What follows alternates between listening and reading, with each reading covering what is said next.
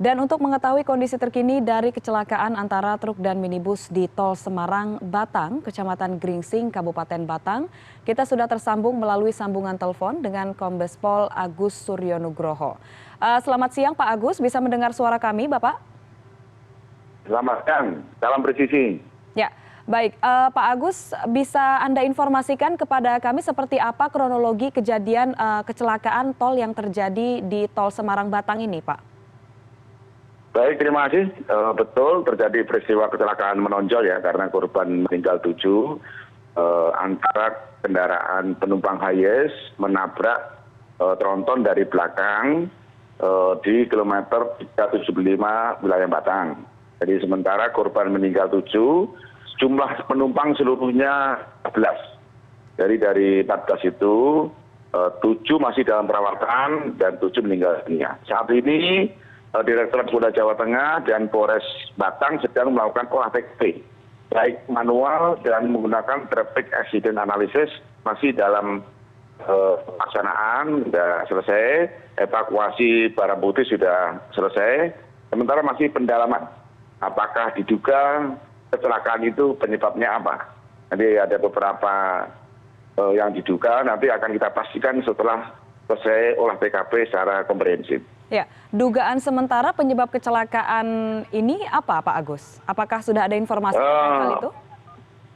Penyidik belum bisa menyimpulkan ya, karena apakah kecepatan tinggi, apakah mengantuk, apakah kondisi kendaraan, apakah kondisi jalan, itu faktor penyebab. Tetapi nanti akan kita simpulkan ketika olah TKP itu kita bawa ke FGD sesuai dengan fakta-fakta termasuk keterangan dari saksi-saksi. Sehingga nanti baru kita bisa memutuskan kendaraan terjadi kecelakaan diduga apa penyebabnya. Begitu, Mbak.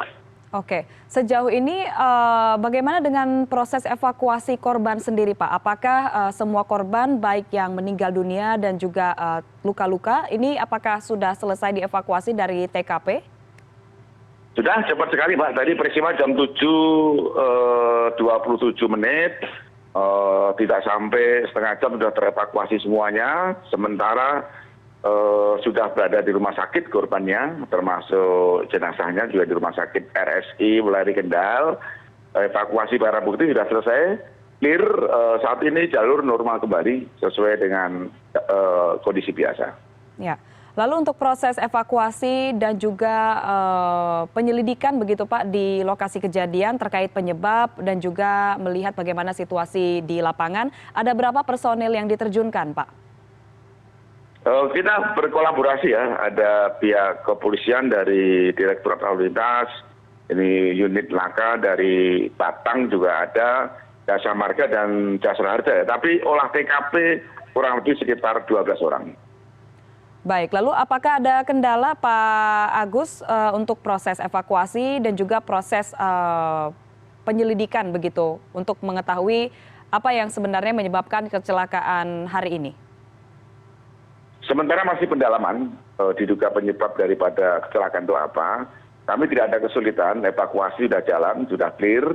Baik barang bukti kendaraan Hiace sudah kita amankan, termasuk tronton sudah kita bawa ke tempat penyimpanan barang bukti. Dari clear, saat ini sedang dilakukan olah TKP, termasuk pendalaman-pendalaman, keterangan-keterangan saksi daripada penumpang, termasuk juga sopir daripada tronton tersebut.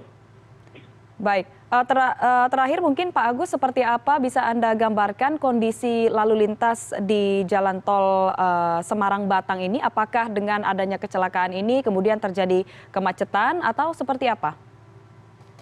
Dilaporkan dari TKP tadi pada saat 1 jam yang lalu kami masih di TKP.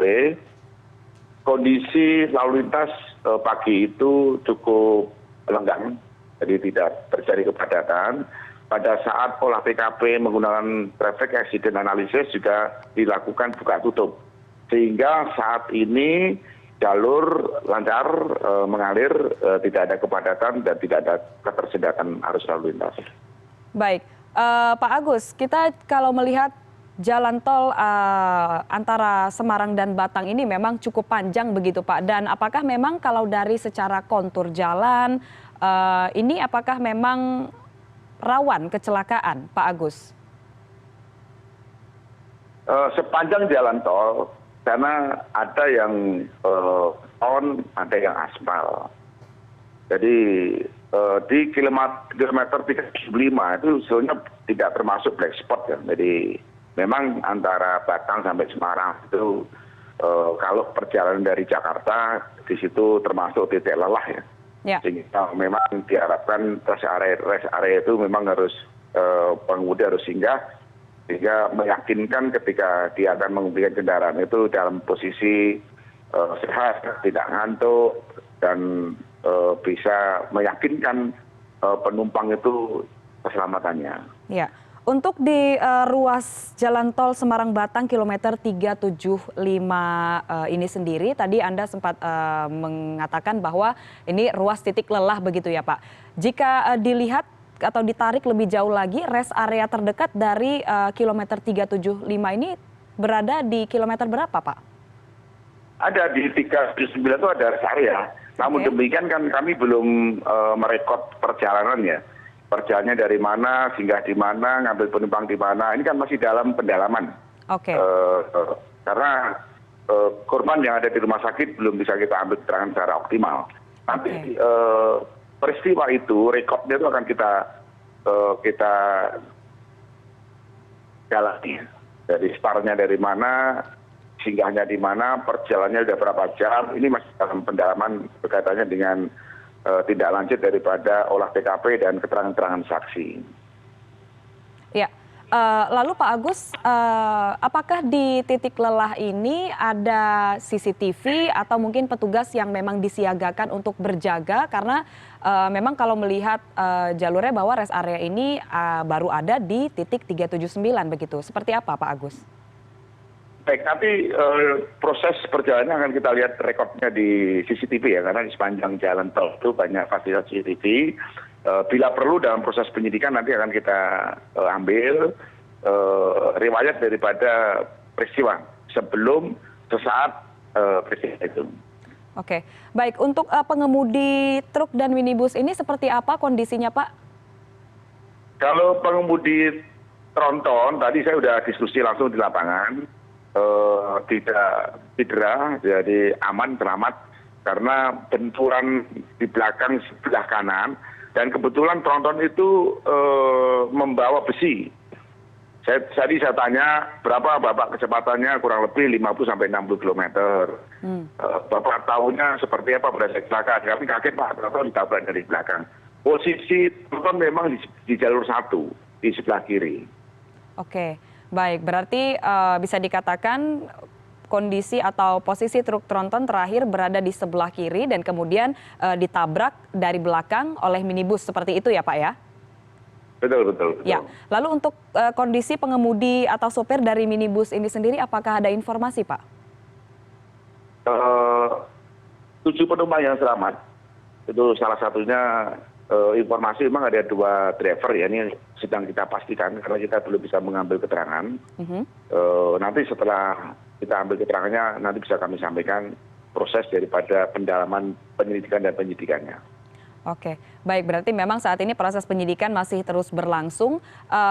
Pak Agus, apakah mungkin ada yang ingin disampaikan Pak? Kami menghimbau kepada pengguna jalan, khususnya jalan tol, agar betul-betul dipatuhi tentang kecepatan lalu lintas, kecepatan kendaraan, termasuk juga yakinkan bahwa ketika mengemudi kendaraan di tol itu betul-betul kendaraannya berkeselamatan. Kondisi supir harus sehat, harus tidak lelah, tidak ngantuk, gunakan rest area untuk singgah. Dan tentunya supir harus menjamin keselamatan penumpangnya. Baik, tentunya kita semua juga menantikan seperti apa Pak hasil dari penyelidikan atas peristiwa kecelakaan di ruas tol Semarang-Batang kilometer 375 Kecamatan Gringsing, Jawa Tengah ini. Terima kasih Bapak Kombes Pol Agus Suryo Nugroho sudah bergabung bersama kami hari ini. Baik, terima kasih.